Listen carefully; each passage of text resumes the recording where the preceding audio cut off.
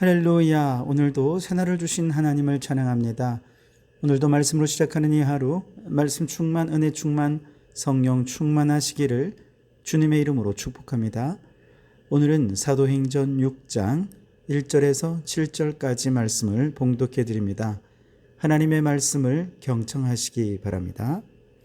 그때의 제자가 더 많아졌는데 헬라파 유대인들이 자기의 과부들이 매일의 구제에 빠짐으로 히브리파 사람을 원망하니 12사도가 모든 제자를 불러 이르되 우리가 하나님의 말씀을 제쳐놓고 접대를 일삼는 것이 마땅하지 아니하니 형제들아 너희 가운데서 성령과 지혜가 충만하여 칭찬받는 사람 7을 택하라. 우리가 이 일을 그들에게 맡기고 우리는 오로지 기도하는 일과 말씀 사역에 힘쓰리라 하니 온 무리가 이 말을 기뻐하여 믿음과 성령이 충만한 사람 스데반과 또 빌립과 부로고로와 니가노르와 디몬과 바메나와 유대교에 입교했던 안디옥 사람 니골라를 택하여 사도들 앞에 세우니 사도들이 기도하고 그들에게 안수하니라. 하나님의 말씀이 점점 왕성하여 예루살렘에 있는 제자의 수가 더 심히 많아지고 허다한 제사장의 무리도 이 도에 복종하니라. 아멘. 이 말씀을 통해 우리에게 주시는 하나님의 음성을 듣게 되기를 바랍니다. 예루살렘 초대교회는 제자들의 수가 많아지면서 점점 이런저런 문제들이 발생하기 시작했습니다. 제자의 수가 많아진 것은 좋아진 것이지만 그 과정에서 교회가 이전에 직면하지 않았던 여러 문제들에 직면하게 된 건데요. 그 중에 대표적인 것이 오늘 바로 본문에 나오는 구제품을 나누는 일에 불평과 불만이 생긴 문제였습니다. 초대 예루살렘 교회에서는요, 경제적인 자립을 하지 못하는 과부들을 매일매일 구제품을 나누어 주었습니다. 물론 의도한 건 아니었겠습니다만 이상하게도 헬라파 과부들, 즉 이방인으로서 예수님을 믿은 과부들이 구제 물품 수혜자 명단에서 자꾸 빠지는 일들이 생겨난 것이죠. 처음에는 실수라 생각했는데 이런 일이 자꾸 생기고 그 대상이 헬라파 과부들이 되다 보니 헬라파 과부들뿐만 아니라 헬라파 사람들이 원망하게 된 것입니다. 그들은 성령의 하나 되게 하심을 따라 모였음에도 불구하고 오랫동안 익숙해져 있던 선민 사상, 또 지역 감정 이런 것들이 여전히 남아 있었던가 봅니다. 그래서 은연중에 구제품을 나누는 과정에서 차별의식이 작용하고 있었던 것 같아요. 이처럼 어떤 사람에게나 혹은 어떤 공동체에게나 문제는 발생합니다. 중요한 것은 그 문제를 어떻게 받아들이고 지혜롭게 해결할 것인가, 그래서 더 발전적으로 나아갈 것인가 하는 것이 중요한데요. 사도들은 이런 문제가 발생하고 위기에 처했을 때 어떻게 이 문제를 대했을까? 첫째는 문제를 제기하는 헬라파 과부들의 원망을 결코 무시하지 않았다는 것입니다. 만일 사도들이 이 원망을 듣고 난 다음에 성령 충만하지 않아서 이렇게 원망 불평하는 거야. 그러면서 성령 충만하라고, 더 기도하라고, 그러면서 성령 충만하지 않은 것을 책망했다면, 아니면 이거라도 받을 수 있는 것에 감사하지 왜 감사하지 않냐고 책망했다면, 혹은 아주 권위적인 태도로 구제품 나눈 것은 사도들의 고유 권한이니 주는 대로 받으라고, 지금 사도들의 권위에 도전하는 거냐고, 이렇게 권위적으로 나왔다면 문제가 해결되기는커녕 오히려 틀림없이 헬라파 과부들과 헬라파 사람들의 분노는 더 커져갔고 교회는 갈등에 휩싸이고 말았을 것입니다. 그런데 헬라파 사람들의 문제 제기를 들은 이 사도들은 그들의 의견을 아주 중요한 문제로 받아들였습니다.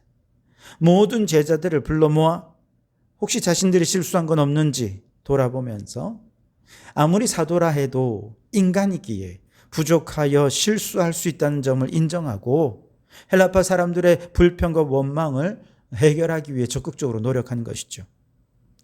여러분, 성령 충만한 교회는 전혀 문제가 없는 교회일까요?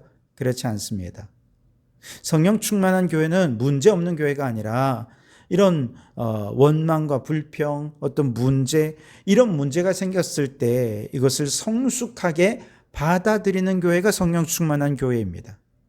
사도들은 교인들의 원망과 불평을 가볍게 여기거나 사탄의 조종을 받은 것이라 쉽게 정죄하지 않고 오히려 자기 성찰과 목회자에게 균형 감각을 회복하는 계기로 삼았다면 바로 이 교회가 성령 충만한 교회고 초대 예루살렘 교회가 그랬던 것이죠. 왜냐하면 성령님은 교통하시는 분이시거든요. 사도신경에서 우리는 성령을 믿사오며 라고 고백한 다음에 성도의 교제를 믿습니다 라고도 고백합니다. 왜냐하면 성령님께서 성도들 사이를 소통하게 하시기 때문이죠. 서로 공감하게 하시고 이해하게 하시고 또 성찰하게 하셔서 교제할 수 있는 분이 바로 성령님이십니다. 그래서 성령 충만한 사람은 공감 능력이 뛰어납니다.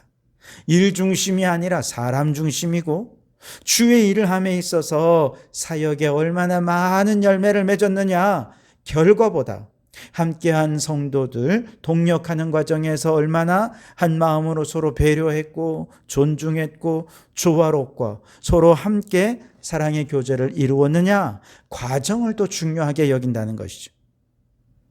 그래서 영적 소통이 원활했는가, 공감 능력은 확장되었는가, 서로의 어려움을 충분히 수렴해서 문제를 원활히 해결했는가, 이런 것들을 생각할수록 성령 충만한 지도자요, 또 교회가 성령 충만한 교회라고 말할 수 있을 것입니다. 그러므로 여러분, 교회는 다양한 의견을 가진 사람들이 모이는 곳이기에 그 어느 때보다 성령 충만해야 할 줄 믿습니다.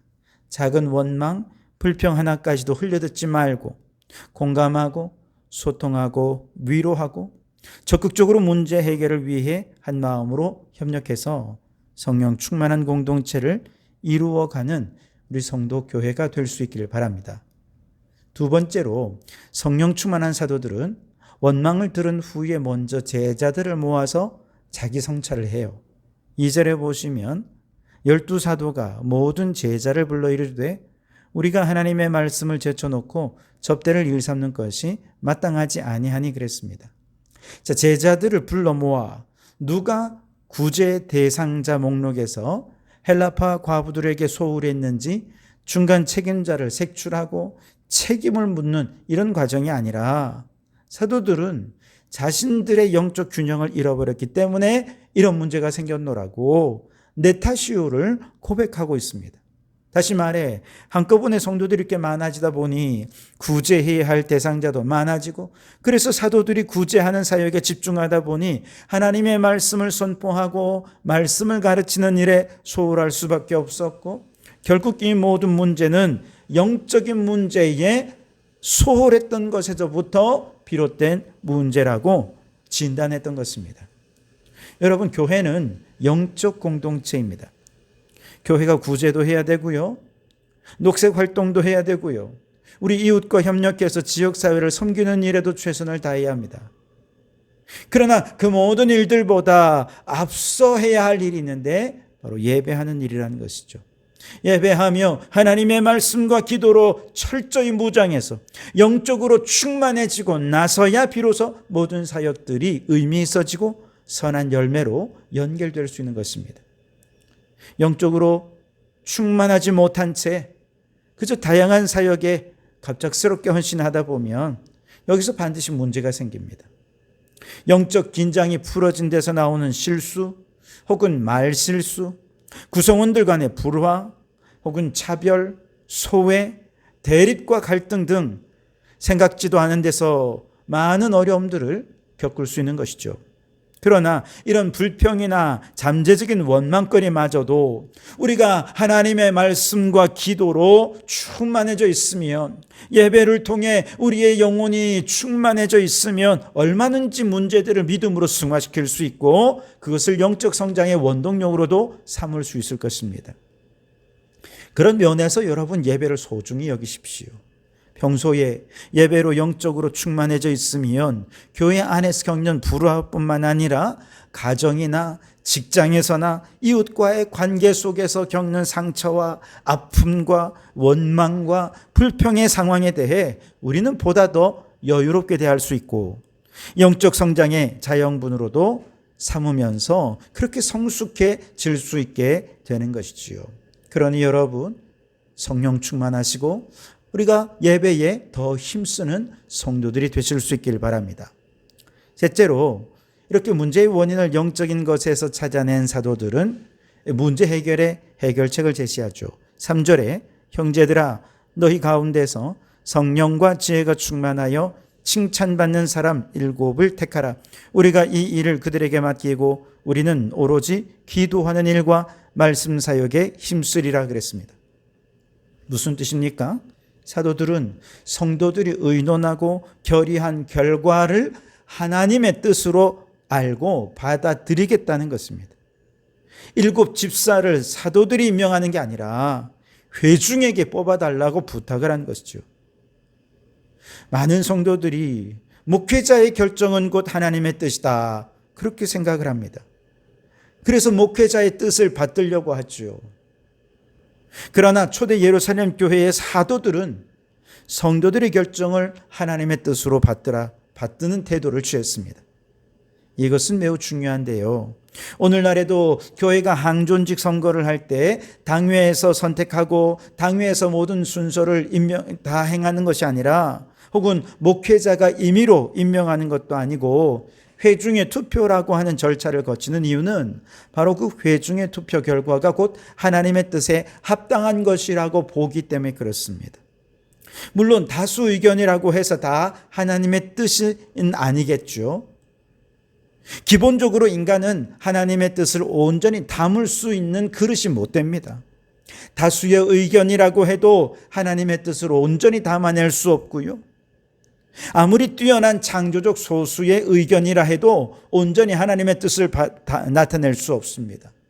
열심히 기도하고 그렇게 하는 목회자라 해도 하나님의 뜻을 거스를 수 있다는 것입니다. 그래서 우리는 회중의 의견 속에 하나님의 뜻이 있다고 믿고 결과에 순종할 뿐만 아니라, 또한 회중은 기도하는 목회자의 결정에 하나님의 뜻이 있다고 믿고 순종하며 따를 때 이것이 서로 보완이 되어서 하나님의 뜻을 함께 이루어 가게 되는 것이죠. 어느 한쪽이 나만이 하나님의 뜻을 대변하는 유일한 통로다라고 주장하기 시작하면 바로 여기에서 사탄이 틈을 타게 되는 것입니다. 국가적으로도 대통령은 국민들의 뜻에서 하나님의 뜻을 찾을 수 있어야 됩니다. 국가 지도자가 무작정 여론에 휩쓸려서도 안 되겠지만 여론을 무시한 채 독불장군처럼 자기만 옳은 것처럼 행해서도 안 됩니다. 그리고 국민들은 특별한 사안에 국가 지도자의 고뇌에 찬 결단에 하나님의 뜻이 있다고 믿고 따를 수도 있어야 되겠죠. 그렇게 해서 국민들과 대통령이 서로 함께 하나님의 뜻을 찾아가며 이 나라를 온전히 이루어 가야 하는 것이죠. 자, 이렇게 해서 이제 회중들은 성령과 지혜가 충만하여 칭찬받는 7 집사를 선택합니다. 5절에 보시면 온 무리가 이 말을 기뻐하여 믿음과 성령이 충만한 사람 스데반과 또 빌립과 브로고로와 니가노르와 디몬과 바메나와 유대교에서 입교했던 안디옥 사람 니골라를 택하여 그랬습니다. 이렇게 7 집사님들을 잘 택해서 이제 사도들의 발 앞에 놓았을 때 사도들은 그들을 안수하여서 임직합니다. 6절에 사도들 앞에 세우니 사도들이 기도하고 그들에게 안수하니라 그랬습니다. 자, 이제 안수받은 집사님들은 구제하는 일, 재정을 출납하는 일, 이런 일들에 대해서는 책임을 맡아서 헌신했습니다. 그리고 사도들은 오로지 기도하는 일과 말씀 사역에 힘쓰게 되면서 교회의 목회 사역의 균형을 잡아가게 되는 것이죠. 이렇게 교회가 위기를 하나님의 뜻에 합당하게 잘 넘겨가게 되니까 하나님께서 놀라운 부흥을 축복해 주십니다. 7절 말씀에 하나님의 말씀이 점점 왕성하여 예루살렘에 있는 제자의 수가 더 심히 많아지고 허다한 제사장의 무리도 이 도에 복종하니라. 아멘. 오늘 우리 성도교회에도 크고 작은 문제들이 없을 수 없습니다. 그로 인해 때로는 위기가 찾아올 때도 있습니다. 그때마다 우리는 초대교회가 문제를 직면한 방식을 우리 교회에 적용해 볼 수 있길 바랍니다. 그래서 하나님의 뜻에 합당하게 위기를 잘 극복해서 이 모든 위기를 성숙의 기회로, 부흥의 기회로 만들어가는 건강하고 거룩한 공동체가 될 수 있기를 주님의 이름으로 축원합니다. 기도하겠습니다. 오 하나님, 성령으로 소통하는 공동체가 되게 하옵소서. 모든 사람의 의견이 무시되지 않고 받아들여지며 소통하고 교제하는 성령 충만한 공동체가 되게 해 주시옵소서. 누구나 실수할 수 있고 나 자신도 실수할 수 있음을 인정하고 모든 문제를 통해 자신을 성찰하고 성장시키는 계기로 삼게 해 주시옵소서. 특별히 교회 안에서 문제가 발생했을 때 먼저 기도가 부족하지 않았는지 말씀과 기도와 예배를 회복하는 저희들이 되게 해 주시옵소서. 주님, 성도들이 문제 해결의 과정에 참여하고 그 결정에 하나님의 뜻이 있음을 믿고 따르게 하옵소서. 그래서 문제는 더 이상 문제가 아니라 교회가 더 부흥 성장하는 터닝포인트가 되게 해 주시옵소서. 우리 성도교회가 그렇게 거룩하고 아름답게 성장하는 성령 공동체가 되게 해 주시옵소서. 예수님 이름으로 기도하옵나이다. 아멘.